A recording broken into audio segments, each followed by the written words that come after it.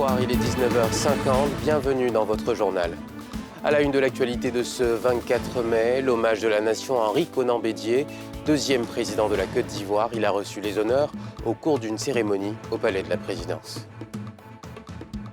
On fera également le point de la mortalité maternelle en Côte d'Ivoire. Si les chiffres sont en baisse, les objectifs d'éradication du fléau sont toujours aussi intenses.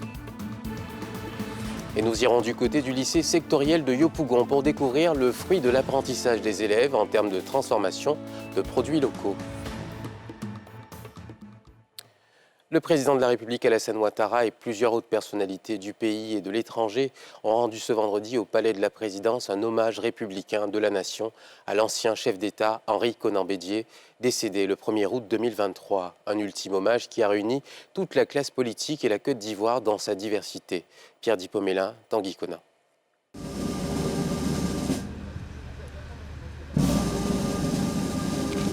Esplanade du Palais de la Présidence. Ambiance de deuil et de recueillement. Toute la République réunie avec à sa tête le président Alassane Ouattara et son épouse pour rendre un ultime hommage à l'ancien chef d'État, Aimé Henri Konan Bédié.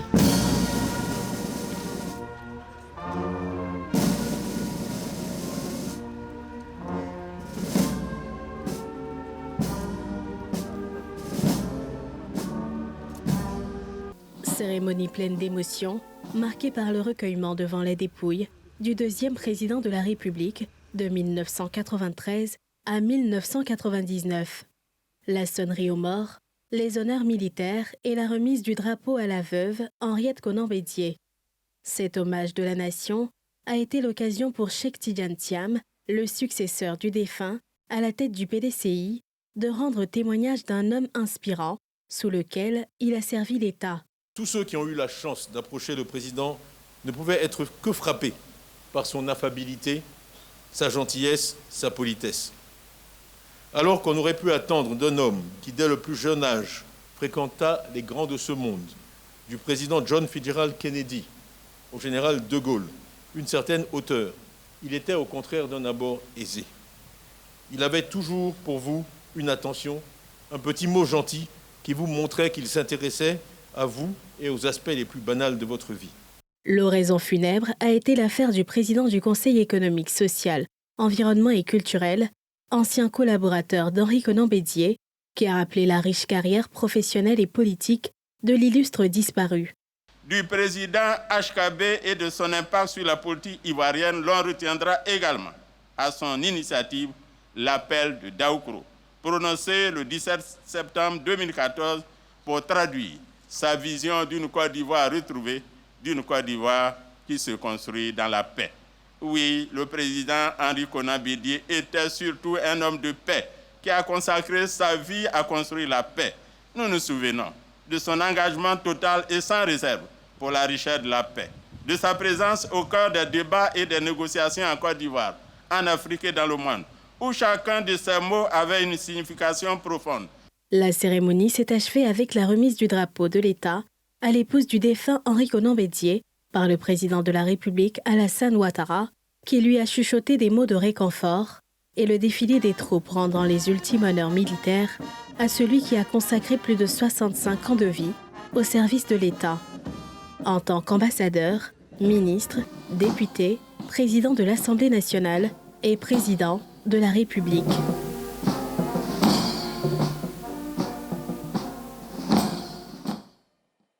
On écoute justement quelques réactions recueillies après cet hommage rendu à l'ex-président ivoirien Henri Konan Bédié. C'est un homme affable, un homme qui a toujours privilégié l'humain. Et le président Bédié, chaque fois qu'on allait en discussion chez lui à Daoukro, nous retenait toujours pour partager le repas. Donc cet homme-là qui a servi la nation, qui avait une vision pour la nation, s'il part aujourd'hui, c'est tout à fait normal que la nation lui rende hommage. Tristesse pour la nation perd un illustre serviteur, un homme politique de premier plan qui a dominé, qui est resté présent au devant de la scène politique pendant 65 ans, qui a servi la Côte d'Ivoire de jeune jusqu'à la fin de sa vie. Je pense qu'il laisse forcément une peine en chacun de nous. Mais comme l'a dit, le destin, c'est le destin.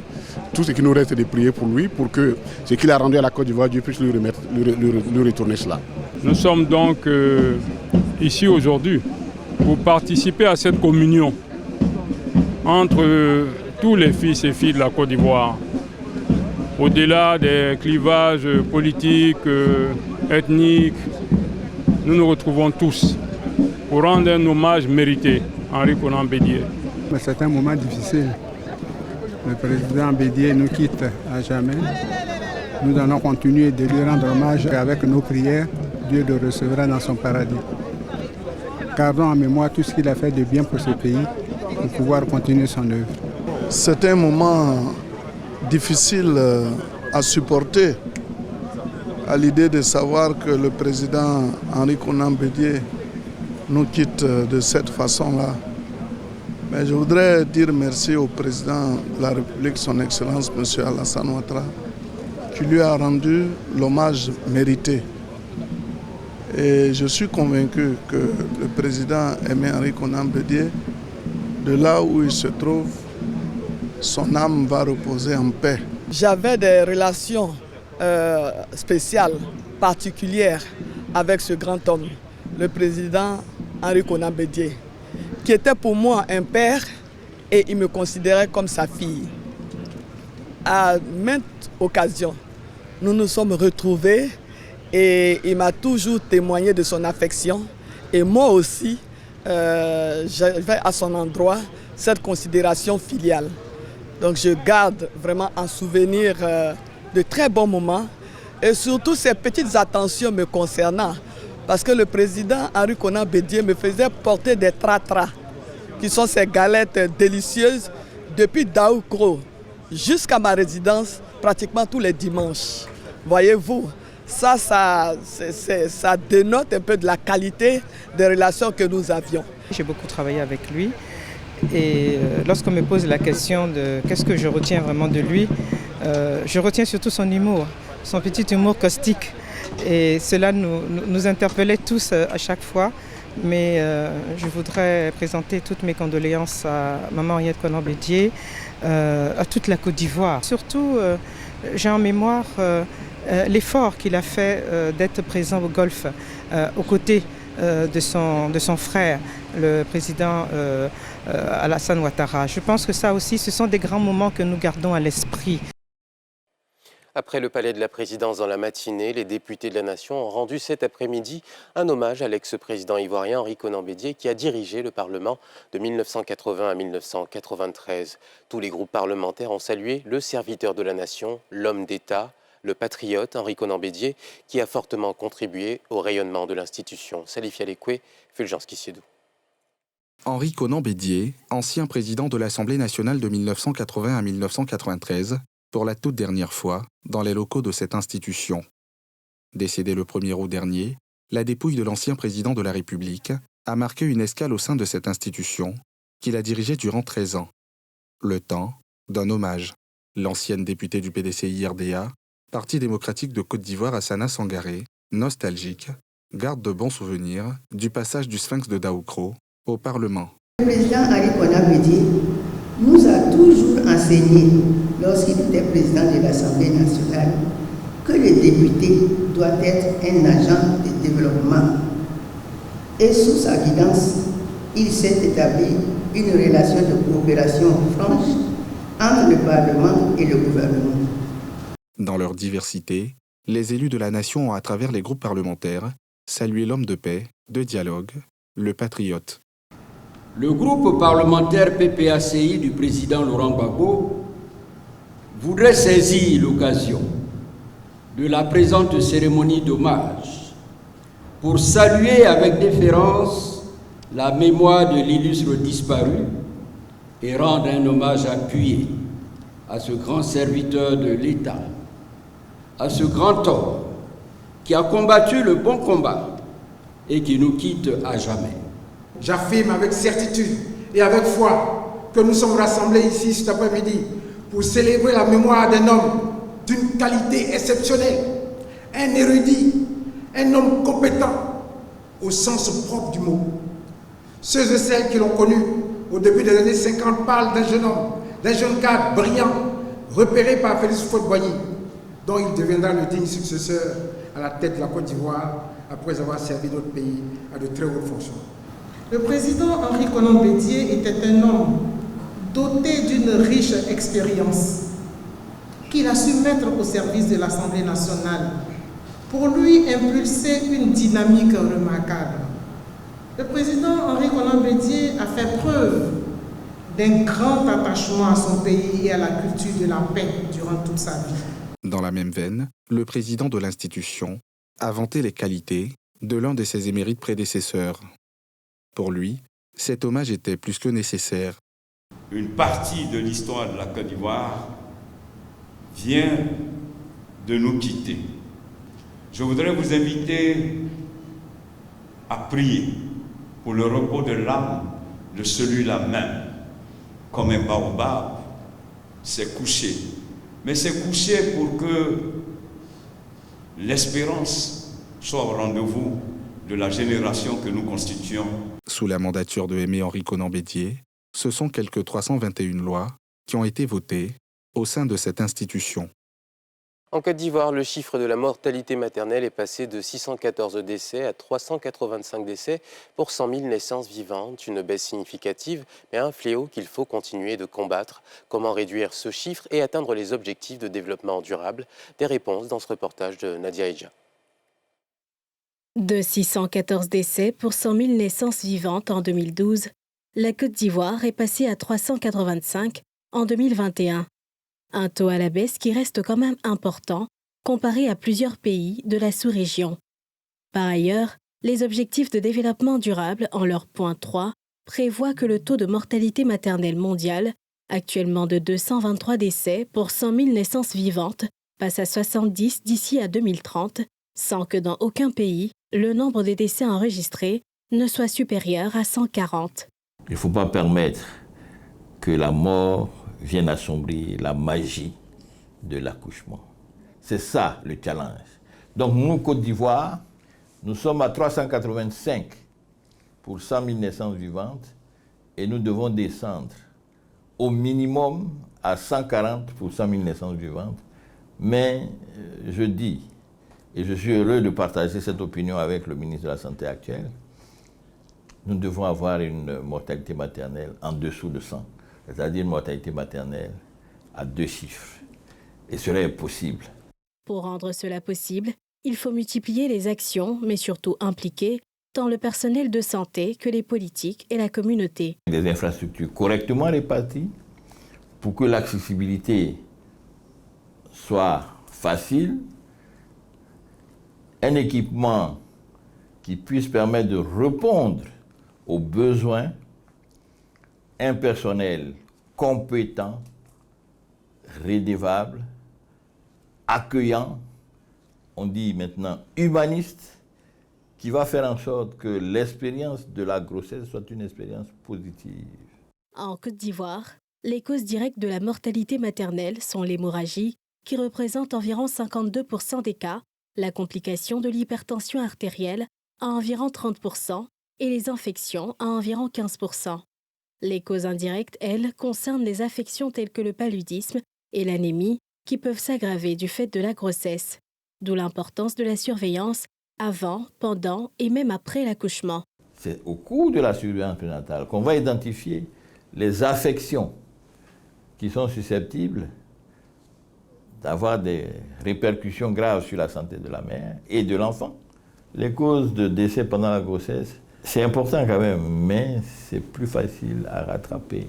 Et ceci, cela. Mais les vraies urgences obstétricales, l'accouchement, le postpartum. L'hémorragie du postpartum immédiat est une cause importante de mortalité maternelle. Et s'il y a un combat à mener, un combat important à mener, c'est ce combat-là. À ce jour, les travaux de mortalité les plus faibles sont enregistrés dans certains pays d'Europe et d'Asie, notamment la France ou encore le Japon, qui se situent en dessous de 10 décès pour 100 000 naissances. Le risque vie entière, indice déterminant le potentiel de décès de la femme en âge de procréer, est d'une femme sur 5 300 dans les pays riches, contre 1 sur 49 dans les pays pauvres. Un gap qui ne peut être comblé que par une synergie d'action. 2 ans après son ouverture, le lycée professionnel sectoriel met au point des produits agro-industriels issus de la formation de produits locaux dont le cacao, la mangue, le tamarin ou encore l'ananas et le thon. Fruit du potentiel des élèves, en seulement 2 ans de formation, partons à la découverte de produits agro-industriels des stagiaires de 2e année de brevet de technicien du lycée d'apprentissage de Yopougon, dans ce reportage de Thiemé Dandje et Cheikh Bleu. LPS, lycée professionnel sectoriel de Yopougon. À l'intérieur, une mini-unité de transformation en produits finis, prêts à consommer de production agricole du pays. En première ligne, le chocolat Made in LPS. Dans son processus de fabrication déjà bien assimilé par ses élèves de 2e année de BT, brevet de technicien conducteur de ligne de production, le cacao pur. Sans matière grasse, un produit qui passe d'abord à la torréfaction. De là, les fèves torréfiées passent au broyage pour y disposer de fèves concassées. On a obtenu une pâte, mais il y a encore des grains dedans. Donc on va passer à l'autre étape du broyage à vue. Le tamis vibrant prend le relais. Objectif, le retrait de tout granulé du chocolat en production. Le beurre pur obtenu se retrouve désormais à la concheuse. Étape de retrait de toute mauvaise odeur pour un arôme appétissant du chocolat. Lors du séchage, d'autres peuvent sécher. Les grains de cacao sur des goudrons comme sur des matières et l'odeur indésirable sera dans notre produit. Les mauvaises odeurs vont sortir par un système de ventilation. Dernière étape, le conditionnement et la mise au réfrigérateur pour être solidifié. À terme, le chocolat Made in lycée professionnel sectoriel de Yopougon, prêt pour la consommation. On finit par obtenir un chocolat Made in LPS. D'accord? Voilà ce chocolat qui sera bientôt sur le marché en Côte d'Ivoire. Consommé ivoirien, n'est-ce pas? Voilà. Autre produit Made in LPS, issu des productions agricoles locales, le jus de tamarin, la confiture de mangue et les produits secs dont l'ananas et la mangue séchée. Les stagiaires de conducteurs en ligne expriment également leur potentiel à travers la production de conserves de poissons des eaux du pays. Un processus qui débute par le blanchiment du poisson en chambre chaude et prend fin par le conditionnement. Ces productions agro-industrielles Made in LPS de Yopougon sont le fruit d'une vision de l'exécutif du pays. Préparer le pays à entrer dans la phase de transformation de ces productions à partir des unités industrielles qui sont installées dans notre pays. Donc la vision est de faire de ce lycée un lycée de transformation et d'appui à la production de nos matières premières. Selon la vision du président de la République, son Excellence M. Alassane Ouattara, il s'agit de former les jeunes au métier et de leur assurer une insertion professionnelle de réussie. Fruit de la pratique des cours dispensés dans cette école de formation professionnelle, ouverte en 2022, ces produits, à en croire le ministre de tutelle, vont se retrouver bientôt sur le marché et répondre à un double objectif, d'où son appel aux parties prenantes, dont les parents d'élèves.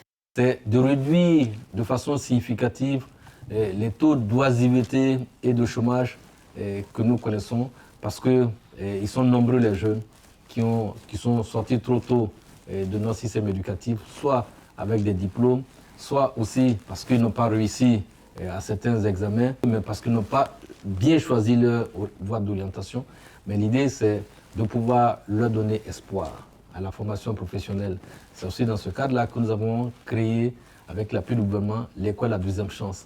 Leur donner cette opportunité de rebondir dans la vie en apprenant un métier, et en se formant autrement et en se préparant pour le marché du travail. Établissement secondaire d'apprentissage, le lycée professionnel sectoriel de Yopougon est ouvert aux élèves de niveau 3e par concours et ceux qui expriment le désir auprès de la commission d'orientation en seconde. Après l'Afrique, objectif le monde. Le sélectionneur Emers Faé a dévoilé la liste des 25 joueurs ivoiriens pour les éliminatoires de la Coupe du Monde FIFA. Le commando de Faé a été renforcé par de nouvelles recrues au nombre de 5. Cette nouvelle configuration devra faire ses preuves pour les prochains matchs contre le Gabon et le Kenya prévus les 7 et 11 juin prochains. Face à la presse, Emers Faé a communiqué une liste de 25 éléphants qui vont affronter le Gabon et le Kenya dans le cadre des 3e et 4e journées des éliminatoires Zone Afrique de la Coupe du Monde 2026. Une liste avec de nouveaux entrants. Donc on va commencer avec les 3 gardiens de but retenus pour ce stage. On aura Yaya Fofana, Kone Mohamed et Sangaré Badra Ali.